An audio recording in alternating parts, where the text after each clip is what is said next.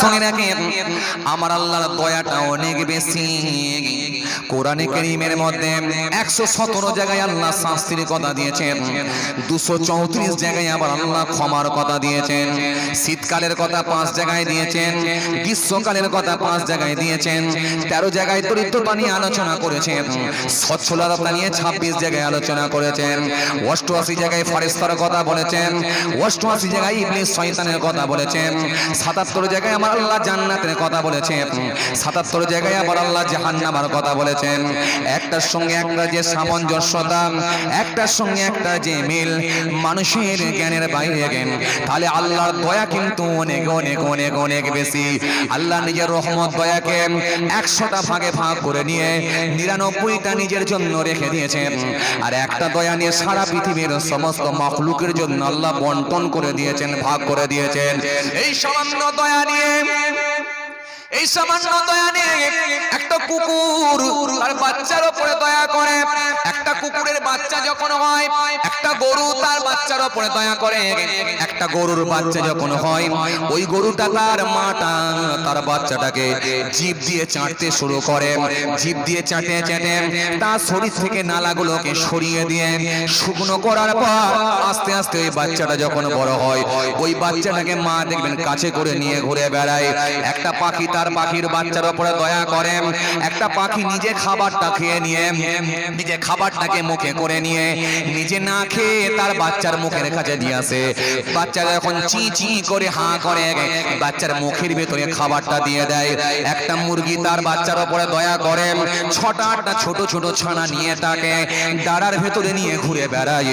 একটা চিল যদি বাচ্চার উপর আক্রমণ করতে যায়, ওই মা তার বাচ্চাগুলোকে বাঁচানোর জন্য ঝাঁপিয়ে পড়ে শত্রুর সঙ্গে মোকাবেলা করে, শত্রুর সঙ্গে উড়ে গিয়ে মোকাবেলা করে, শত্রুর সঙ্গে লড়াই করতে তৈরি, কিন্তু বাচ্চা হারাতে তৈরি নয়।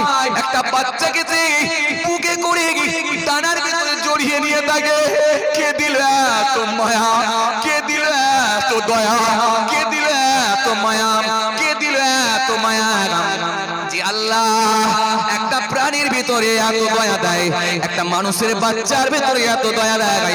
রাত 2টোর সময় যখন আপনার বাড়িতে ছোট্ট বাচ্চাটা 6 মাসের বাচ্চা, 8 মাসের বাচ্চা মায়ের কোলের সামনে শুয়ে আছে, ওই বাচ্চাটা যদি একবার চি করে কেঁদে ওঠে, মা যতই ঘুমাক না কেন মায়ের ঘুমটা ভেঙে যায়। মনে মনে ভাবে বাচ্চা নিশ্চয়ই খিদে লেগেছে, না হলে বাচ্চা হয়তো পেচ্ছাপ করেছে।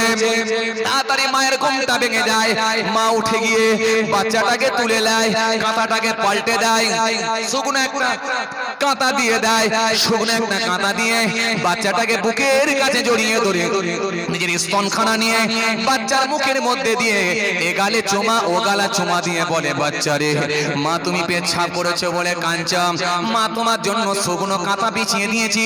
বুকে করে টেনে জড়িয়ে ধরে চুমা খেতে লাগে। ও বাবাজি বলো, ওই বাচ্চাটাকে কি মা ছাড়তে পারে?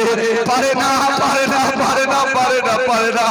কে দিলে এত মায়া, কে দিলে এত মোহাব্বত, কে দিলে এত ভালোবাসা, কে দিলে এত মোহাব্বত, কে দিলে এত ভালোবাসা।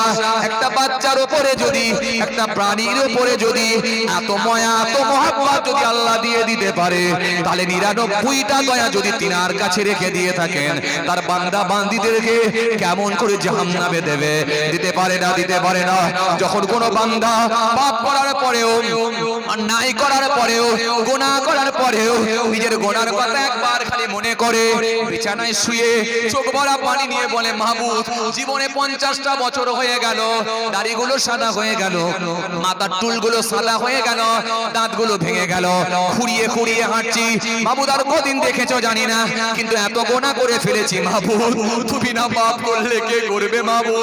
কবরে তো যেতেই হবে, তোমার সামনে তো হাজির হতেই হবে, তোমার সামনে তো প্রেজেন্ট হতেই হবে মাহবুব, তুমি না ক্ষমা করলে কে করবে মাহবুব? যখন কোনো বান্দা এরকম ভাবে সচ্চা তওবা করে নিজের গুনার কথা, পাপের কথা মনে করে আমার আল্লাহর কাছে একবার ফিরে আসবে, আমার আল্লাহ আর সহ্য করতে পারে না। ও বান্দা ফিরে আয়, ফিরে আয়, ফিরে আয়। আমি আল্লাহ সহ্য করতে পারলাম না, তোর কান্না দেখে আমি আল্লাহর ফিরাতে পারলাম না। ও বান্দা, মা যেমন তার বাচ্চা না কাঁদলে দুধ দেয় না, মা যেমন তার বাচ্চা না কাঁদলে খানা দেয় না, আর বান্দা যখন আমার কাছে কাঁদে আমি আর ফিরাতে পারি না। ও বান্দা একবার ফিরে আয় রে বান্দা, তোর জীবনে জিন্দেগির গুনাহগুলোকে আমি আল্লাহ মাফ করে দেব।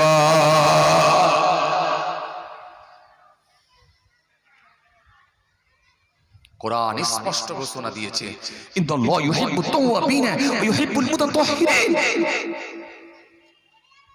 আল্লাহ ওই বান্দাগুলো কি ভালোবাসে যে নিজের গুনার কথা মনে করে তওবা করে আল্লাহর কাছে ফিরে এসেছে, যে পবিত্রতা অর্জন করেছে, যে আল্লাহর কাছে ফিরে এসেছে, পাপের কথা একবার মনে করে স্মরণ করেছে, সেই বান্দাগুলোকে আল্লাহ ভালোবাসে।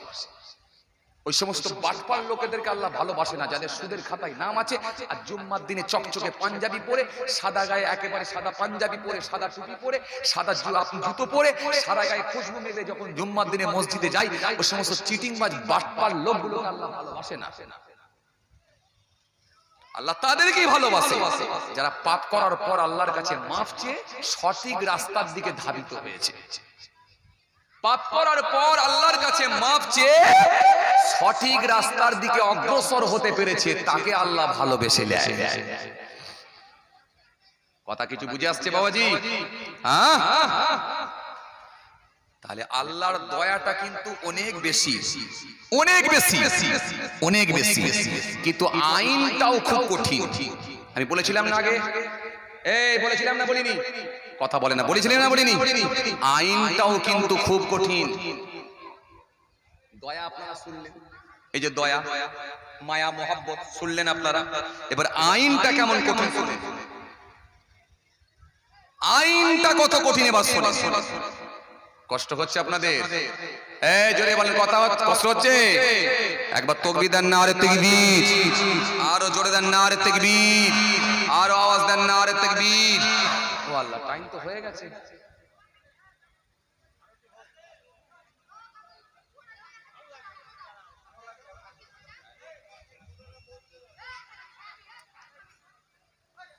বাবাজি কষ্ট হচ্ছে না তো আপনাদের?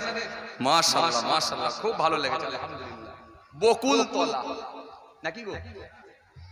বকুল তলা। কদিন আগে একটা এসেছিলাম ঈশ্বরীপুর, তাই না? ঈশ্বরীপুর এখান থেকে কতটা দূর বলেন তো? কাছাকাছি, কাছাকাছি এসেছিলেন। আল্লাহ নিয়ে এসেছে বকুল তলা, যে বকুল তলা। মাশাআল্লাহ, খুব ভালো লেগেছে, আল্লাহর শুকর। যখন এসে প্রথমে দাঁড়ালাম, একবার চিন্তা করে দেখলাম, আল্লাহ প্যান্ডেল তো বিরাট করেছে, লোক ভর্তি হবে তো? হ্যাঁ, চিন্তা করে দেখলাম, আল্লাহ এই তো প্যান্ডেল বিরাট করেছে, লোক ভর্তি হবে তো? আল্লাহর শুকর, মোটামুটি প্রায় ভর্তি, তাই না? আবার দাঁড়িয়ে আছে লোক। আহা, সবই আল্লাহ পারে, সবই আল্লাহ পারে।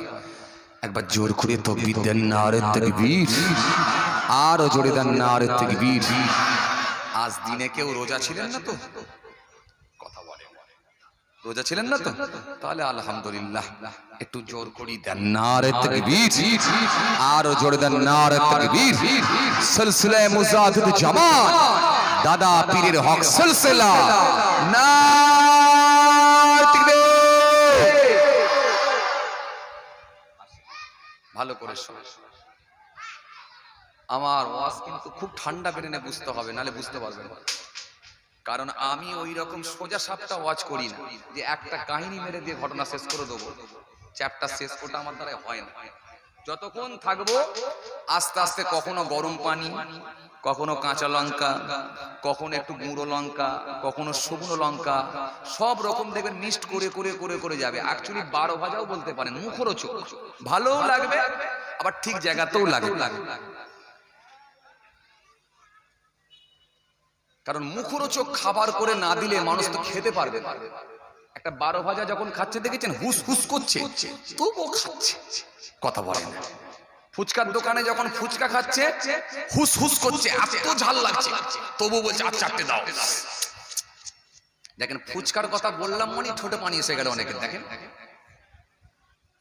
দারুণ টেস্টফুল খাবার, টেস্টফুল খাবার, ঝাল লাগবে, টক লাগবে, কিন্তু মজা লাগবে, গিলতে পারলে মজা লাগবে, ঘিরতে পারলে মজা লাগবে। আসেন, ভুল বুঝবেন না, রাগ করবেন না। এই জন্য আমি বলতে চেয়েছিলাম একটা, কি প্রথমে যেটা বলেছিলাম, পরিপূর্ণভাবে মেনে নিতে হবে, সম্পূর্ণভাবে, তাহলে কাজ। হ্যাঁ গোনা আছে, থাক, যা আছে থাক, চেষ্টা করে কাঁদেন, পাপের কথা মনে করে একবার কাঁদেন আল্লাহর কাছে, ইনশাআল্লাহ। আর ওয়াদা দিয়ে দেন যে আল্লাহ ওই গুনাহটা আর করবনি, আল্লাহ ওই গুনাহ ধারে কাছে আর যাবনি, আল্লাহ ওই গুনাহটাকে আমি ঘৃণা করছি, ঘৃণা করছি। যখন এইভাবে প্রতিশ্রুতি দিয়ে ওই গুনাহটা থেকে নিজেকে বাঁচিয়ে নিয়ে পাপ মুক্ত হতে পারবেন, তখন ওই কান্নাটা কিন্তু আল্লাহর দরবারে কাজে লাগবে। আর না হলে এখানে বসে বসে কাঁদবেন, আবার বিড়ির টান মেরে ঘরে যাবেন, তাহলে কিন্তু কাজ হবে না। একবারে ছেড়ে দিতে হবে। যারা আল্লাহর ওলি হয়েছেন ছেড়ে দিয়েছিল। বিসার হাফি রহমতুল্লাহ আলাইহি রাস্তা দিয়ে যাচ্ছেন, মস্ত বড় মাতাল, কিন্তু একটা ভালো কাজ করেছিলেন, কি আল্লাহর নামটা পড়ে আছে। আপনারা এই ওয়াজ বারে বারে শুনেছেন। আল্লাহর নামটা যখন পড়ে আছে তখন তো তার সেন্স ঠিক আছে, খালি একবার তাকিয়ে দেখে বলেন আল্লাহ, আমার আল্লাহর নাম। মাতাল হয়েছে তো কি হয়েছে, মদখুর তো কি হয়েছে, আমি মুসলমানের বাচ্চা, আল্লাহর নাম পড়ে থাকবেন, আমি ছেড়ে দিয়ে চলে যাবো? আল্লাহর নামটাকে তুলে চুমা দিয়ে মাথায় ঠেকিয়ে খুশবু লাগিয়ে পকেটে ভরেছেন, আমার আল্লাহর নামে তাজিম করতে হবে। ব্যাস, ওই যে ছোট্ট ভালো কাজটা আল্লাহকে এত ভালো লেগে গেল, হাসান বাসারি রাহমাতুল্লাহ আলাইহি ইলহাম দ্বারা আমার আল্লাহ জানে, হাসান বাসারি বহুদিন নামাজ পড়ে জিকির করে আল্লাহর ওলি হয়েছে, বহু ইবাদত করে হয়েছে, আর আজকে বিশাল ছোট একটা এমন কাজ করেছে, অফারে কাজ মিটিয়ে দিয়েছে, অফারে কাজে লাগিয়েছে। এই অফারটা আমি আল্লাহ তাকে দিয়েছিলাম, সে অফারটাকে ধরেছে, আমি আল্লাহ তার উপর খুশি হয়ে গিয়ে ওলি আল্লাহদের খাতায় নাম তুলে দিয়েছি। যাও গিয়ে একবার তাকে বলে দাও, আর গিয়ে তাকে এই সুসংবাদটা দিয়ে দাও, গোসল করিয়ে দাও, ওযু শিখিয়ে দাও, কলেমা পড়িয়ে দাও, তাকে সুসংবাদটা দাও। সেই বিশার পরবর্তীকালে আল্লাহর ওলি হয়ে গিয়েছিলেন।